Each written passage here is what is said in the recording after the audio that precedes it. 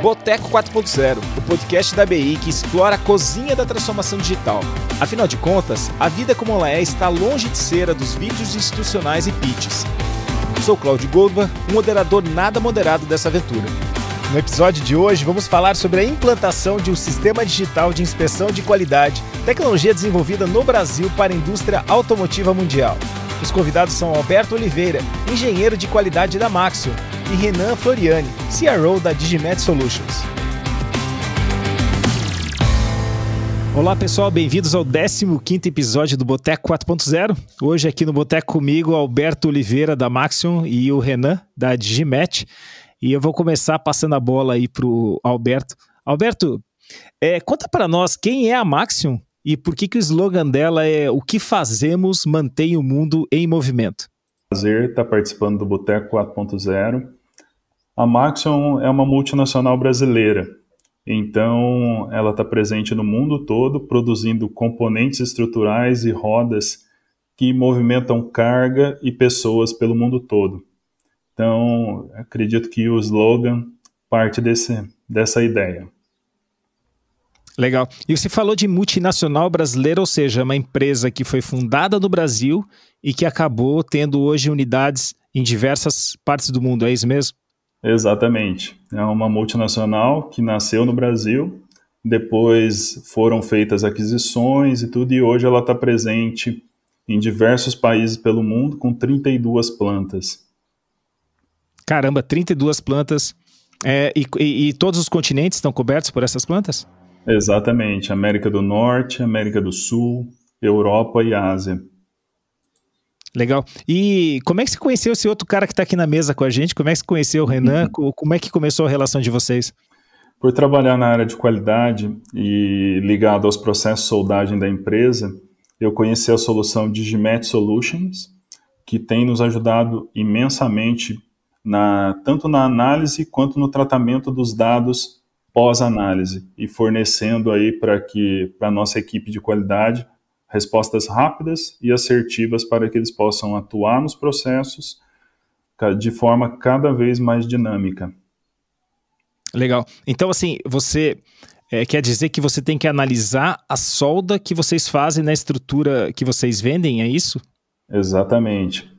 Tanto os componentes estruturais quanto as rodas que a gente produz têm seus requisitos. O processo de soldagem é um processo especial, e todo cliente tem requisitos específicos para o processo de soldagem, então a gente verifica esses requisitos com o Digimet Solutions e a partir daí a gente monitora o nosso processo ao longo do tempo e toma decisões de ajuste, possíveis melhorias, e se encontrar alguma questão, algum parâmetro fora, a gente consegue atuar no processo naquele momento e garantir que o produto que está saindo da empresa sai com a melhor qualidade que o nosso processo pode oferecer. Ô Renan, e o teu ponto de vista, qual é o teu ponto de vista, como é que você conheceu o Alberto, qual que é o teu lado dessa história? Conheci justamente porque a Maxion é uma empresa que sempre esmerou muita qualidade e já utilizava um produto que era um produto chamado ISV2, que foi um produto que serviu como base inspiradora para o nosso produto de inspeção de solda, né, que hoje nós chamamos de DIS, né, digitalização da inspeção de solda. Esse produto que foi base inspiradora era um produto que a Maxion já utilizava, e ao eu contatar o Alberto para entender, cara, me diz uma coisa, esse produto que vocês que estavam utilizando atende plenamente, tem gap? Aí ele abriu ali a caixa de ferramenta e me falou, cara, a gente está satisfeito com isso, porém a gente tem esses outros tantos desafios que a gente não está conseguindo vencer com essa ferramenta adquirida há anos atrás. Então, foi aquele negócio do tipo, cara, então eu acho que eu posso te ajudar, porque a Digimet se espelhou nesse produto, ISV2, para construir o DIS, e fez um trabalho de entender, assim como eu conversei com o Alberto, a gente conversou com outras tantas empresas que tinham esse produto da versão antiga, para entender todos os gaps. E ele falou, cara, vamos eliminar todos os gaps numa única plataforma, num único produto, e a gente trazer um efeito diferenciado para o mercado. E aí, quando a gente, depois dessa conversa com o Roberto, a gente veio para dentro de casa, montou, né, o nosso MVP e desenvolveu junto do nosso time técnico os recursos que a gente entendia que eram fundamentais. Eu voltei para o Roberto e falei, Roberto, eu acho que agora eu tenho um negócio para te mostrar que pode fazer sentido para vocês. E aí ele olhou o produto e falou, cara, me parece realmente que se isso aí não for só o PowerPoint, se isso aí não for só alguma coisa fake, parece que vai nos ajudar bastante. Então, essa foi a história. Primeiro a gente se conheceu num entendimento de requisito e depois a gente voltou a conversar para apresentar um produto já com a ótica de eliminar os gaps que o mercado estava nos dizendo. Ô, Alberto, eu imagino que deve ser uma decisão bem difícil, né? Porque um software que pode ter alguns problemas, né? Mas é um software que estava funcionando, que o pessoal já estava acostumado a usar vida que segue. De repente vem um cara com um sotaque meio esquisito, contando uma historinha meio maluca e tal, e dizendo que tem um produto novo, né, para te oferecer, e aí você pensa, caramba, cara, eu tenho toda a minha força de trabalho já capacitada, já operando nesse sistema, né? Como é que... Me conta o teu lado desse tipo, putz, eu acho que eu tenho um problema na minha frente, porque o cara tá me trazendo uma ideia boa, só que devem existir obstáculos para a adoção dessa tecnologia, né? Exatamente, Cláudio. Então, foi mais ou menos assim. A gente já tinha uma solução, a gente conhecia bem como usar, principalmente, vamos dizer, as pessoas envolvidas ali diretamente, só que tinha incômodos, né? A gente queria fazer coisas de forma mais ágil, de forma sem tanta interação humana, e aí a solução sempre travava nesse ponto. Então, nessas conversas a gente foi colocando, olha, Renan, precisa ser melhor assim, precisa permitir que eu faça isso, eu preciso de um relatório assim, tem que ser mais rápido e tudo. Então, eles tomaram nota de tudo isso e fizeram um ótimo trabalho de casa, porque quando eles vieram apresentar a solução, a gente falou, poxa, tem coisas além do que a gente conversou. Parece ser interessante. Só que aí tem todo um desafio, né? Porque eu precisava mudar a cultura lá dentro, falar, gente, essa solução é ainda melhor, vamos apostar, vamos mudar. E aí a gente fez um trabalho de convencimento lá dentro da empresa, eu acho que foi por volta aí de uns 3 meses, trabalhando, mostrando para as pessoas o que trazia de ganho para a gente. E quando a gente conseguiu implementar, a gente já se deparou com a primeira mudança, né? Tudo agora tem que ser padronizado dentro do software, tem que existir um cadastro prévio de tudo, e depois tudo se torna muito mais dinâmico, né? Então as pessoas já queriam esse dinamismo antes de vencer a primeira barreira. E a gente insistiu, falou, não, gente, calma, a gente precisa passar por essa barreira para a gente ter esse dinamismo que a gente está buscando. E aí vencemos essa barreira, e hoje, assim, se tornou muito mais fácil, não só a análise em si, mas toda a jornada de trabalho dentro do laboratório. Então, por mais que ele tenha sido construído na mesma base, a experiência sendo diferente trouxe esse atrito na adoção, é isso? Sim, eu acho que uma mudança de tecnologia, o primeiro passo, ele talvez seja o passo mais difícil, mas depois que você dá esse passo, você vê que aquilo realmente valeu a pena e que realmente transformou o seu dia a dia. Hoje o pessoal elogia muito a solução, hoje é muito fácil reportar um resultado, a gente consegue, assim, num tempo muito curto, responder aquele nosso cliente interno e que ele já tem informação a ponto de uma informação padronizada, organizada, a ponto de mostrar para o cliente. A Maxion tem muita peça e a cada peça tem um número gigantesco de cordões. E cada cordão de solda, né, para quem conhece essas nomenclaturas aí, no caso da Maxion tem um monte de dimensões, um monte de cotas a serem medidas. Então, a galera falou assim, tá, mas eu vou ter que cadastrar todas essas peças uma a uma, E meu Deus, o que era para ser simples vai ser o demônio, né? E aí foi muito legal, porque a gente tem uma parceria com a Maxim muito consolidada, e sempre a nossa proposta foi o seguinte: cara, nós estamos aqui para fazer isso dar certo. Foi a partir da Maxim que a gente desenvolveu um recurso de clonagem de cordão, clonagem de peça, ou seja, era a partir de um cadastro único a gente conseguia gerar outros para facilitar o cadastro das peças. Aí não foi suficiente, e se nós preenchermos uma planilha, né, e vocês colocassem tudo isso numa planilha e a gente importasse numa única vez? Daí tu facilita a nossa vida.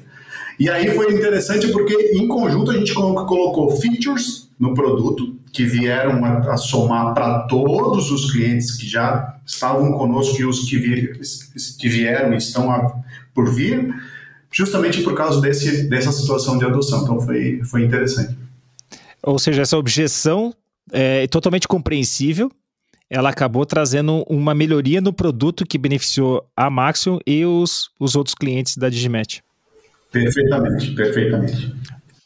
O Renan, quando o Alberto falou da Maxim, ele falou de uma multinacional brasileira, ou seja, uma empresa brasileira que hoje tem operações no mundo inteiro. E a Digimatch foi selecionada pelo programa Brazilian Indie Techs in Germany para ser como uma das 10 soluções tecnológicas, né, que estão sendo promovidas na Alemanha, né, estão sendo mostradas na Alemanha.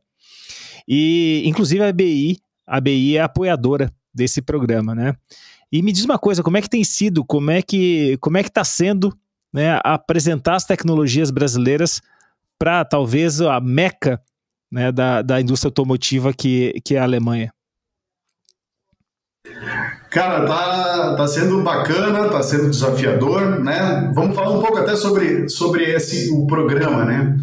Então, o que acontece é o seguinte: a Digimatch, ela entendeu, por conta dos clientes atuais que ela tem, que o Brasil não é o limite que ela vai querer atingir, né? Ela falou, cara, peraí, a gente atende a Maxim tem unidades, né, espalhadas pelo mundo que fazem o processo e que eles entenderam, né, que o nosso produto pode auxiliar também essas outras unidades. Então, peraí, isso não deve ser uma característica exclusiva da Maxim. Isso muito provavelmente acontece com outras empresas que estão enfrentando a mesma situação de crescer, eu preciso de gestão. E aí a gente falou, cara, e aí pintou esse programa do BIG com a oportunidade de irmos à Alemanha, fizemos todo o processo seletivo, fomos agraciados aí como uma das 10 selecionadas. E ao chegar na Alemanha, cara, tivemos a oportunidade de falar assim, peraí, agora nós somos o nosso produto nacional na meca da indústria automotiva. Agora nós estamos grandão. Então, chegamos lá, começamos a entender o cenário, o programa nos proporcionou vários insights, várias oportunidades, como, por exemplo, visitar a Hannover Messe, uma das maiores feiras do mundo relacionada aí à indústria, e nos permitiu que nós apresentássemos o nosso produto para toda a audiência que estava lá participando do evento. Então, tipo, cara, imagina, uma empresa brasileira, né, na Alemanha apresentando o produto para um universo gigantesco de pessoas. Então, foi uma experiência muito legal que o programa nos trouxe, que a internacionalização está trazendo para a gente, né? Então, a gente teve essa oportunidade na feira, nós tivemos a oportunidade de conhecer Mannheim, né, onde o carro que foi o primeiro automóvel construído em 1886, a gente teve a oportunidade de conversar com empresas locais, apresentar o produto também para essas empresas da região, assim como em Stuttgart, né, onde eu acho que é um dos polos automotivos aí de maior relevância na Europa, e a gente teve a oportunidade de também conhecer empresas locais e falar sobre o nosso produto. E o mais bacana é que a maioria das empresas olhava e falava, peraí, o que vocês têm realmente é um negócio interessante. Principalmente por aquilo que o Alberto comentou no nosso bate-papo, que era o que eles procuravam atrás, que era a gestão das informações geradas ao longo do processo. Então, o que a gente percebeu essas empresas também estão procurando essa gestão, também estão procurando, e a gente consegue, né, como um produto nacional, entregar para eles o mesmo valor que a gente está entregando para a Maxion aqui no Brasil, e também entrega no México, assim como o Alberto falou, a gente já está com parcerias em mais de 4 ou 5 unidades da Maxion no Brasil e no México, e estamos trabalhando para tornar o produto global da empresa e ajudar eles no desafio de consolidação da informação. Legal. Alberto, tem uma pergunta para você que é dupla, tá? Eu quero o teu ponto de vista como PJ e como PF agora. Como PJ é o seguinte, como é que você ouve isso como Maxion, né? Ouvindo um cliente, um fornecedor de vocês que está se internacionalizando. Como é que você sente isso como companhia, né? E eu também gostaria que você falasse como você se sente como pessoa física, como engenheiro brasileiro que trabalha no mercado automotivo, que foi educado praticamente na escola alemã de engenharia, né? Como é que você se sente como brasileiro vendo um outro brasileiro internacionalizando a sua empresa, o seu produto? Primeiro como PJ. Como PJ, ver um parceiro crescendo junto com a gente, né? Claro, galgando outros clientes é muito valoroso, né? Porque a gente também busca a cada dia crescer e atingir novos mercados, uma fatia maior desses novos mercados, e trazer com a gente um parceiro com uma solução que serviu para a gente muito bem e tem nos atendido hoje assim de uma forma que a gente atendeu nossas expectativas, é muito valoroso e a gente torce muito para que essa parceria continue e que traga mais frutos, né? Queremos desenvolver ainda mais sendo parte dessa solução junto com a Digimet Solutions. Agora, como PF, é muito bom ver, né, que às vezes a gente desenvolve algo aqui no nosso país e a gente não tem noção da dimensão que isso pode ter fora também. Por que eu digo isso, né? Equipamentos como a primeira solução que a Digimet tinha, que era o equipamento físico de análise, outras empresas também já produziam nos Estados Unidos e na Europa. Então, havia já soluções no mercado, umas soluções bem robustas, com alta precisão, porém não era só isso que a gente estava demandando. A gente queria algo mais, algo que fosse além da análise, algo que já me tratasse os dados, já me gerasse a informação de forma automatizada e trouxesse dinamismo para o meu dia a dia. E quando clientes visitaram a gente, e eles pediram para a gente, olha, estou aqui homologando esse produto, eu quero que é uma nacionalização, eu quero que vocês analisem e me entreguem o relatório. Vou dar 3 dias para vocês. A gente olhou e falou assim, 3 dias? Para que 3 dias? Com a solução que eu tenho aqui, eu faço em 1 dia. Aí a gente entregava o relatório no dia seguinte para o cara. O cara falou, mas peraí, lá na Alemanha a gente leva quase 1 semana para fazer. O que vocês fizeram? Não é possível, deixa eu ver. Aí o cara ia lá ver e falou, nossa, a gente não usa isso. A gente faz de uma forma bem mais... bem mais aquém do que vocês têm hoje aqui. Então, ver isso como pessoa física, falou, poxa, a solução brasileira, ela está, vamos dizer assim, num nível tecnológico acima, né, vamos dizer, do berço do automóvel, né, que é a Alemanha. Então, assim, é muito gratificante. Ô Renan, pelo teu ponto de vista, é isso que você percebeu também? E se foi isso que se percebeu, qual que é o diferencial? Porque a gente pode aqui estar falando muito como bairrismo, né? Ah, que legal, tal, mas no final do dia a gente tem que trazer, as soluções têm que trazer benefício para o cliente. Qual é a diferença competitiva que a Digimet trouxe frente a esses competidores globais que Alberto trouxe? E quando o Alberto comenta desses competidores aí americanos e europeus, a gente está falando de empresas de 150 anos de mercado, né? Empresa cara, são centenários, são uns caras assim que pujante, né? Ou seja, tem dinheiro, tem fama, tem pedigree, então são empresas realmente gigantescas. Porém, uma coisa que a gente percebeu que é igual em todas elas é que elas estão focadas em equipamentos. Elas estão focadas no hardware. É isso que as move. Já a Digimet, ela falou, não, cara, o hardware é apenas um membro da captura da informação, da imagem, ou seja, da entrada do dado.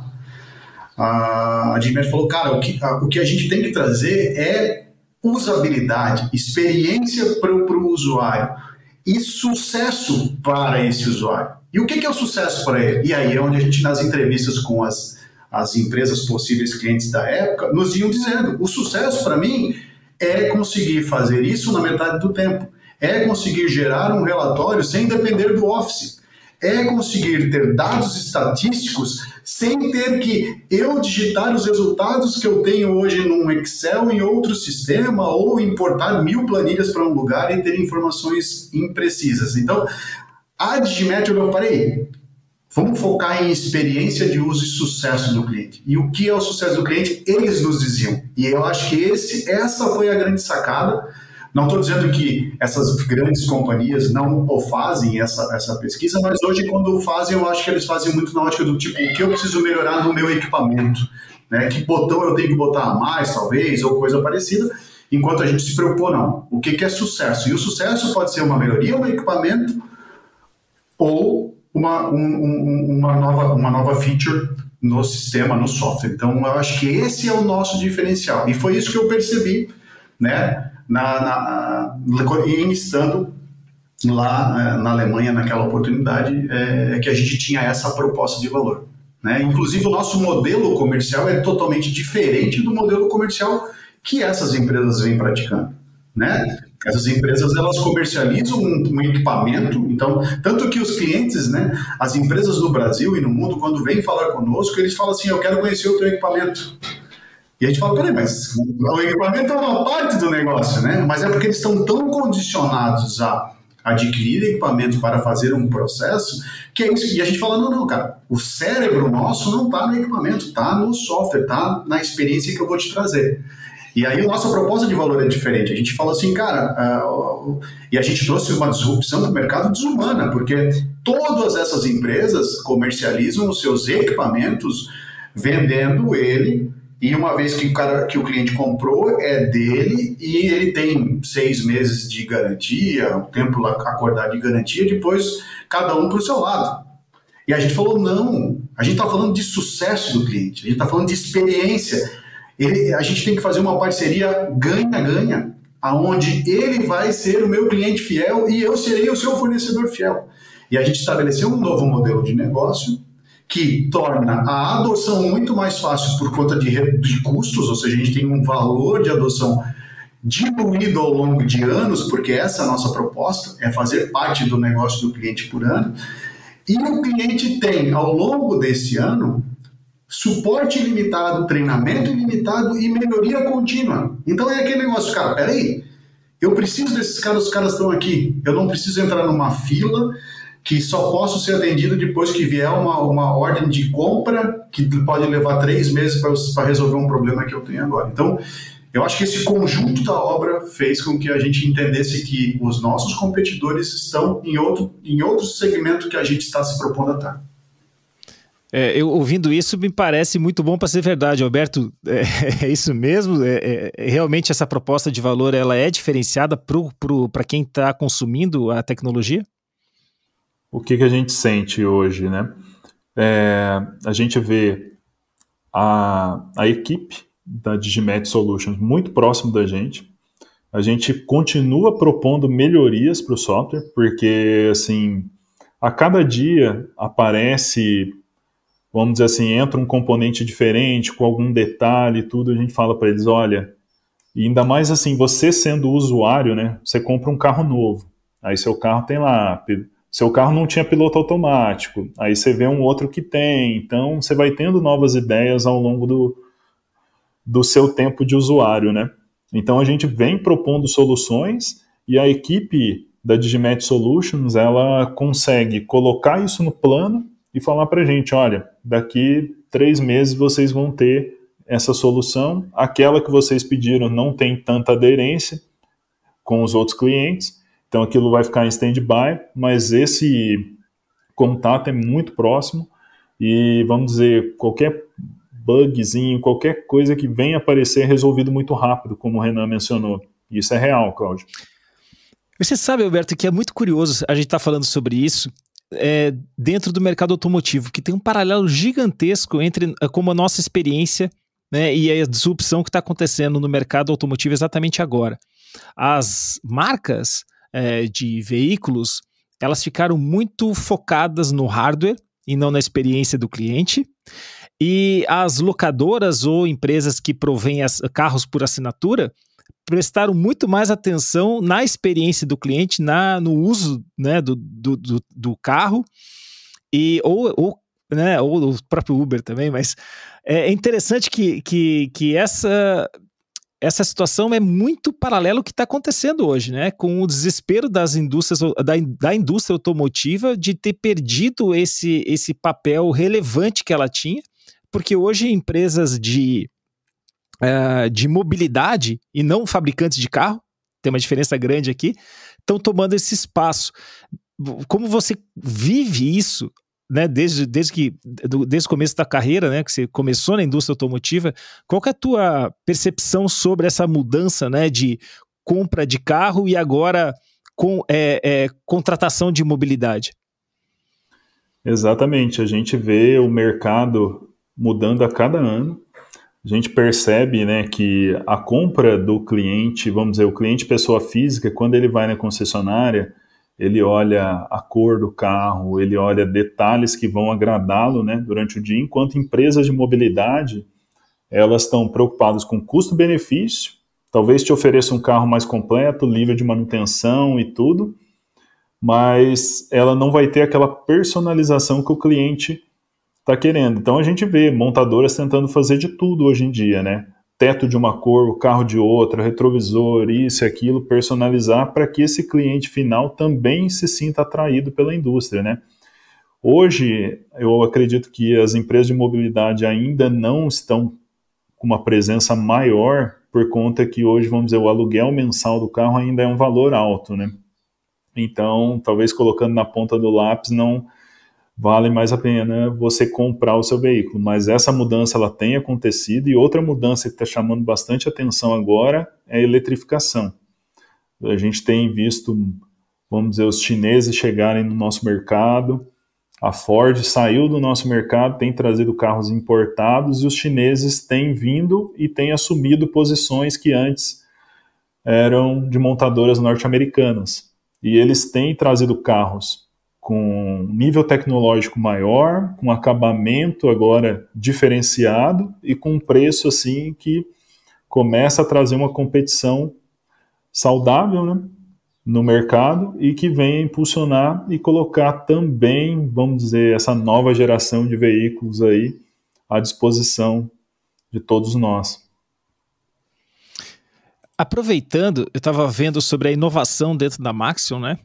Olhando no site de vocês, então a Maxion, componentes estruturais, que é a área que você trabalha, fala em 4 verticais, né? Futuro da mobilidade, que são esses novos modelos de negócio que a gente acabou tocando, por isso que eu vou puxar esse gancho.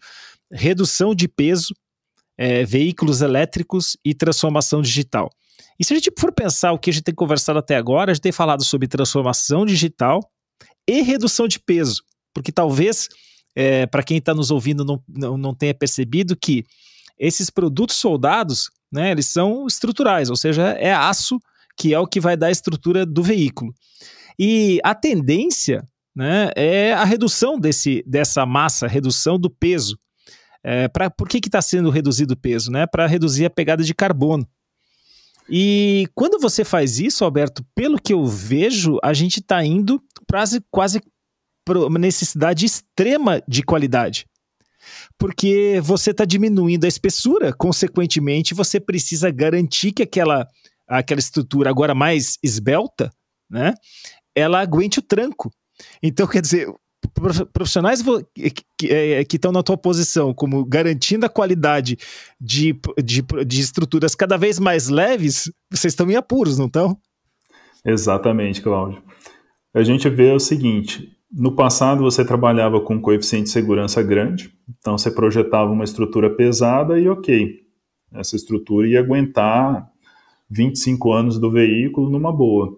Aí, um Opala, um Maverick, o Landau. Agora você já não tem mais essa liberdade, por quê? Você precisa diminuir o peso do carro para que ele consuma menos combustível, seja esse combustível gasolina, etanol, diesel ou a bateria de um carro elétrico.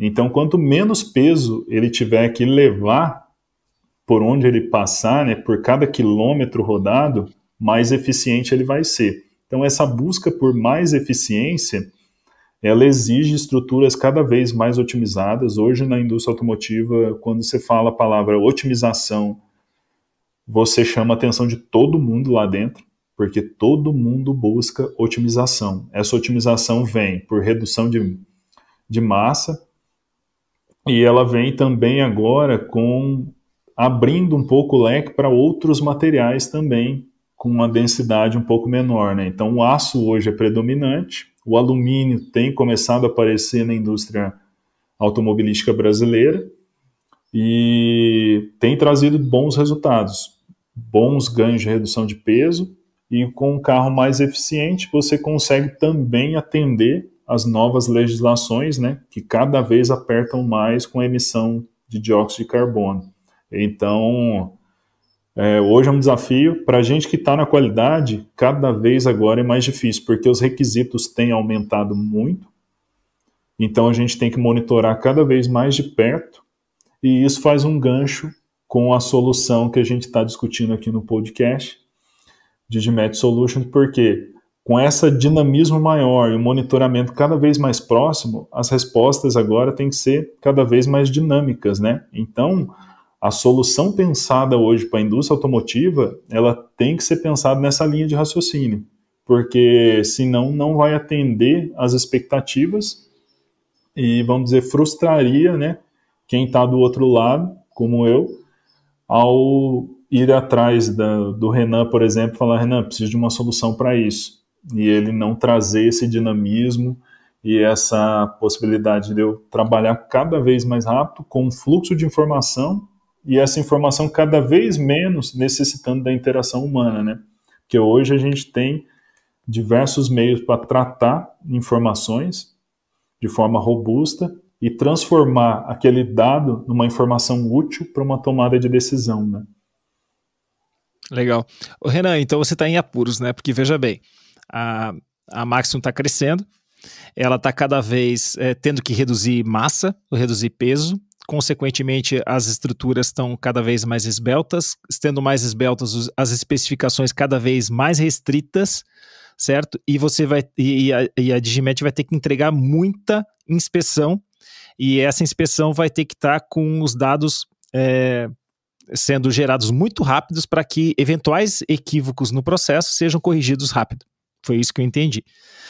O que está no futuro da Digimet que vai conseguir endereçar esse problema? Porque se está ruim agora, a notícia que o Alberto acabou de trazer é que vai piorar. Sim, sim. E realmente isso é um desafio que nós já endereçamos internamente e estamos trabalhando muito forte num novo módulo para o DIS da Digimet, que é um módulo que está utilizando inteligência artificial para realizar a medição automática do cordão. Então, a gente já está em desenvolvimento e tem um time endereçado nesse tema, e a ideia final é pegar o cordão de solda, colocar sobre o equipamento, realizar a captura e o sistema realizar a inspeção, traçar todas as medidas, traçar todas as cotas, utilizando a inteligência artificial, trazendo uma maior agilidade nesse processo e, consequentemente, uma maior condição de assertividade também do ponto A ao ponto B, que é o processo de medição, né? Então, a gente está trabalhando forte para trazer esse tipo de recurso.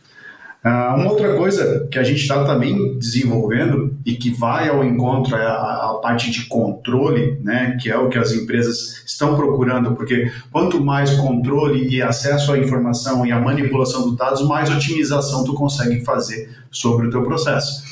E aí a gente também está planejando o desenvolvimento de um módulo de agendamento e controle de atividades. Então a ideia é que as empresas possam botar o seu planejamento dentro da ferramenta. Então, eu preciso inspecionar tantas partes de peças a cada tal volume de produção. Então, o produto hoje ele já tem uma integração nativa com qualquer outro sistema usando a API. Então, hoje você já pode conversar com o RP, com o SAP, no caso da Maxium, qualquer outro RP ou sistema, para que você receba informações e devolva, receba informações do tipo ordem de produção, né, e devolva informação dizendo que essa ordem de produção está liberada porque os testes estão ok. Então, isso já é possível. Só que hoje não é possível a gente realizar um controle adicional. Isso está sendo feito de forma manual pelas empresas, que é quantas partes eu preciso testar por lote de peça, né? E a gente falou, cara, peraí, vamos desenvolver algo onde a empresa possa imputar essa informação, e aí a gente pode pegar isso da ordem de produção. A ordem de produção vai dizer assim, produz 1000 peças. E aí, 1000 peças, a regra da minha empresa para esta peça é inspecionar 6 peças, sendo 3 no início e 3 no final do processo. Legal. E aí esse módulo de agendamento e controle faria o controle disso, do tipo, você precisa fazer isso e isso tem que acontecer em até tal fração do dia. E você tem que atingir 25% dessa fração em até tal hora do dia. Então, vai ajudar as empresas a fazer esse controle que hoje ele tem que fazer na mão, ele tem que ir lá e chegar no laboratório e falar assim, e aí, como é que nós estamos indo? Já estamos em qual? Nós já fizemos 165 testes hoje. Tá, peraí, nós precisaríamos ter feito 400 testes até agora. Isso quer dizer que nós vamos atrasar a liberação daqueles 3 lotes lá. Pois é, mas é porque está difícil. E aí a pessoa só soube disso quando ela foi perguntar lá no laboratório, né? Então isso é uma realidade. Então a gente falou o seguinte, não, vamos tentar mudar essa realidade, fazendo com que o sistema também nos ajude a fazer esse controle, essa gestão. Então são coisas que a gente está pensando em trabalhar e trazer para o sistema, assim como a medição automática, esse controle, porque esse controle vai poder gerar alertas, né? Alertas num celular, uma tela, por exemplo, que a pessoa pode ter lá na produção, dizendo, estamos perto do verde na produção de liberação, ou estamos perto do vermelho, a gente tem que fazer alguma ação. Então, são coisas que a gente já tem no nosso radar para trazer para o futuro aí, não só para a Maxium, e o que eu quero trazer é para todas as Maxium que estão por vir ainda a fazer parte da nossa parceria, né? Legal. Alberto, como é que você ouve dessa perspectiva futura? Como é que você sente isso? Eu acredito que estou alinhado, né, com o pensamento do Renan. Acredito que o caminho é esse, mas eu queria colocar também um outro desafio, Renan, que é a gente linkar também, por exemplo, hoje a gente tem muito processo automatizado, Cláudio. Então, assim, muito processo que o robô, né, faz quase todo o ciclo de soldagem, né, mas ainda assim tem peças muito complexas que você ainda permanece com o processo de soldagem manual. Então, Renan, a gente também lida muito com qualificação de soldadores e o link entre o soldador e a peça soldada, sabe? Então, de repente, uma atribuição também ao software de vocês seja que a gente consiga um link dentro do software com a qualificação desse profissional que está executando o processo de soldagem. E eu acho que seria a última, vamos dizer, o último anexo ali que a gente precisa. Sabe que eu acho que foi o primeiro episódio que a gente teve uma sugestão de melhoria gravada do podcast. E vai ser legal a gente acompanhar se essa sugestão de melhoria realmente foi resolvida. Então, como a gente está gravando em outubro de 2023, a gente pode ver quanto tempo vai demorar para esse trem acabar acontecendo ou não. Então vai ser legal porque a gente tem um registro dentro do podcast da ABI de um cliente fazendo uma sugestão ao vivo aqui no nosso podcast. Muito legal, Alberto. Aproveitando esse gancho da mobilidade e tal, eu queria te perguntar, Alberto, se você acha que a rota da eletrificação é uma boa rota para o Brasil? Então, muito se questiona a matriz energética brasileira, né? Como que vai ser isso? A gente vai ter possibilidade de carregar nossos carros quando a gente tiver talvez 40% de todos os carros eletrificados. Eu acredito que a eletrificação, Cláudio, ela traz muitos benefícios. Vamos dizer, o motor elétrico é um motor super eficiente, né? Diferente do motor a combustão. Eu acredito que os grandes líderes, né, quando eu digo da gestão do país, precisam estar atentos como que vai ser a acomodação da indústria, né, porque uma vez que a frota elétrica aumenta, o consumo de combustível vai diminuir.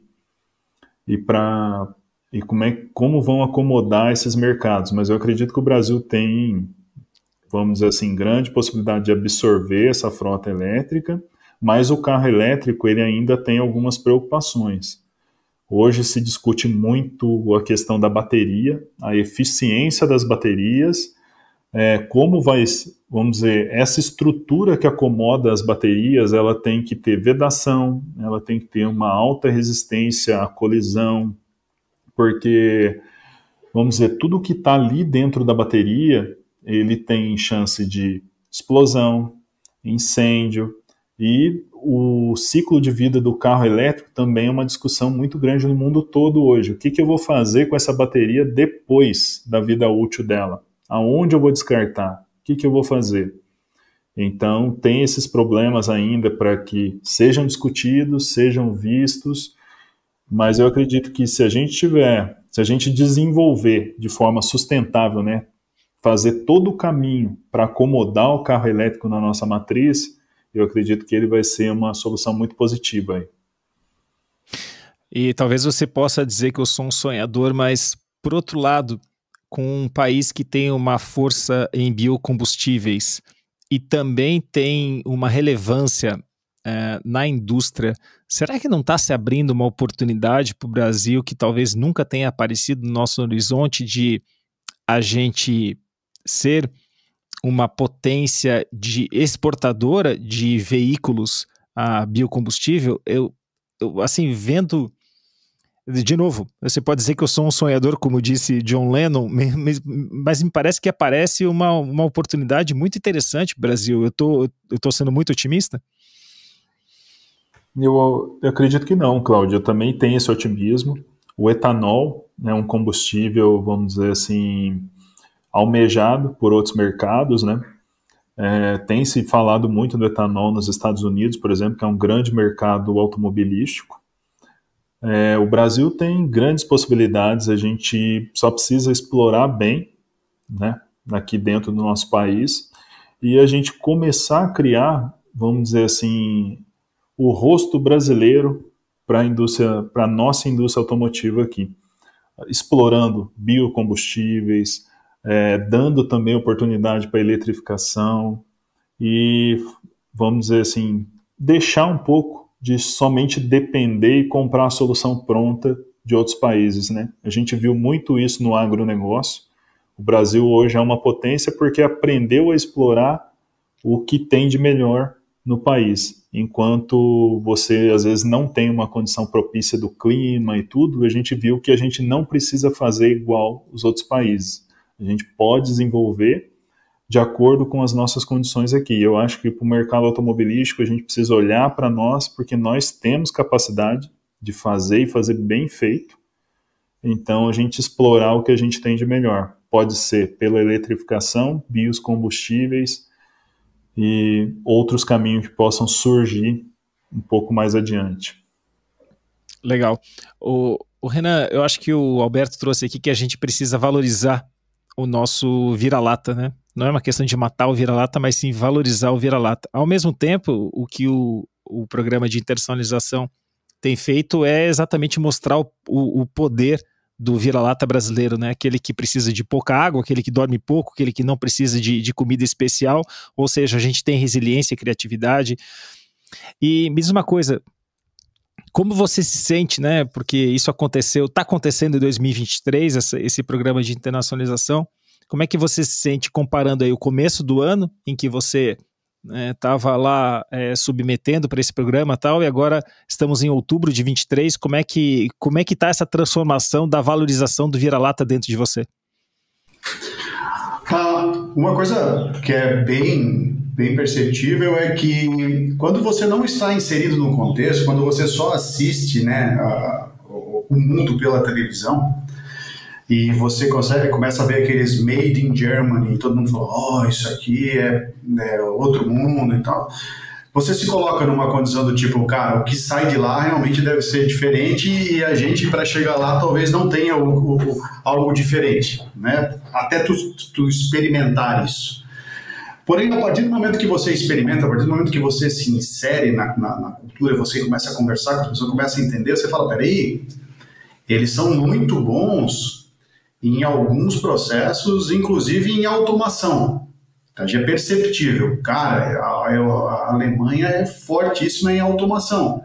Mas aí quando você começa a olhar para software, para digitalização, para essa conversa, né, essa manipulação de dados, o sucesso da operação, aí a gente já começa a ver que eles não estão tão à frente assim, e eu me arrisco a dizer que estão atrás, muitas das vezes, do que o vira-lata, né, teoricamente brasileiro, tem. Então, a percepção que se criou ao longo desse ano, pelas oportunidades de estar inserido nessas imersões, é que nós temos, sim, muitas condições de atender o mercado europeu, e nesse caso ali, falando especificamente da Alemanha, no desafio que eles estão tendo agora, que é de digitalizar, de otimizar os recursos, e nós temos já sucesso nesse processo de otimização no Brasil com grandes empresas assim como a Maxion. Então, eu acho que a percepção é que se identificou que eles não estão à frente do jeito que se imagina vendo pela televisão ou pela internet. Legal, então viva o vira-lata. Alberto, traz pra gente o seguinte, o que você sugeriria para quem quer consumir o que você consome? Que dica você dá hoje para um jovem que está nos ouvindo? O que você traz de conteúdo pra gente para que a gente possa consumir um pouco do que você consome aí? Sim, hoje, Cláudio, o que a gente vê? O acesso à informação ele está muito mais facilitado, né? A gente consegue diferentes fontes, só precisa checar, são fontes confiáveis. Então, assim, eu acredito que para os próximos anos a gente precisa olhar um pouquinho para a inteligência artificial. O Renan até chegou a comentar, né, que a solução dele já está olhando para isso. E eu acho que esse dinamismo, essa indústria com uma geração enorme de dados, ela vai precisar disso. Cada vez mais a inteligência artificial está se fazendo presente no nosso dia a dia. Hoje, você olha um mercado demandando, até um mercado do agronegócio demandando engenheiro de software. Então, assim, estamos nos transformando. A questão do carro autônomo também tem vindo nessa pegada. Então, a gente começar a olhar para isso, e hoje a gente pode buscar aí plataformas confiáveis para a gente se especializar e para a gente estar pronto para o desafio que pode ser em 3, 5 anos. Então, eu acredito assim que quem olhe para a indústria automotiva deve ver uma grande transformação aí nos próximos anos. Legal. Então, a tua dica é fique atento à ciência de dados e à inteligência artificial, porque não tem volta. Não tem volta. Legal. Renan, e da tua parte, cara, o que você sugere, o que você indica para os nossos ouvintes? Eu vou falar com a ótica de quem está desenvolvendo e fornecendo soluções digitais, tá? Então eu vou falar com essa ótica. Que você se proponha a falar com os teus clientes e com os teus possíveis clientes sobre os desafios que eles têm. Esse é o melhor insumo, essa é a melhor fonte para que você possa desenvolver um produto que tenha efetivamente uma aderência de mercado. Não construa um produto que é o teu produto do teu sonho, que geralmente é o que acontece né? Produto de engenheiro, a gente fala, que é o engenheiro, ele tem aquele desenho e ele faz aquela matemática e deixa aquilo de uma forma que somente um segundo engenheiro consegue utilizar. E aí, às vezes, não é o engenheiro que iria utilizar no dia a dia realmente aquela solução. Então, conversem com os teus clientes, caso você já tenha, se você não tem, né, converse com o mercado, entenda quais são as dificuldades, porque muito provavelmente não vai estar desenvolvendo algo inovador, você vai estar querendo desenvolver algo melhor para competir com alguma coisa existente. Então, converse com quem tem esses produtos existentes e fala, cara, o que é ruim nele? O que é bom nele e o que é ruim nele? Então, é um pouco... eu acho que seria essa a mensagem que eu passo, olhando para uma ótica de empresa de desenvolvimento de soluções, né, para o mercado. Essa dica é muito valiosa, porque toda vez que eu estou fazendo mentoria, né, para esses jovens que estão criando produtos, criando empresas, e aí eu vejo as soluções tecnológicas são maravilhosas, né? Eu falo, resolve o problema de quem? O cara não consegue me responder, eu falo, tá resolvendo o teu problema, né? Você é curioso, você tem vontade, então tá resolvendo somente o teu problema de gostar de fazer isso, mas não vai te trazer nota fiscal, não vai trazer dinheiro. Então é legal que você trouxe esse ponto, Renan, para a gente deixar também como dica aqui registrado e mais gente poder ouvir. Ouça, né, essa tua dica que é ouça seu cliente ao invés de ficar ouvindo as vozes da tua cabeça, né, que às vezes é a fonte que a gente usa. É claro que o cara tem esse problema. Não, cara, você não perguntou para ele, então ele não confirmou isso. Mas, gente, foi um prazer estar com vocês aqui no Boteco 4.0, 15º episódio, e até a próxima. Obrigado, Alberto, obrigado, Renan. A gente se vê. Você acompanhou o Boteco 4.0, uma produção da ABI e Eucotea Filmes. Fique de olho nas nossas redes sociais e não perca nenhum episódio.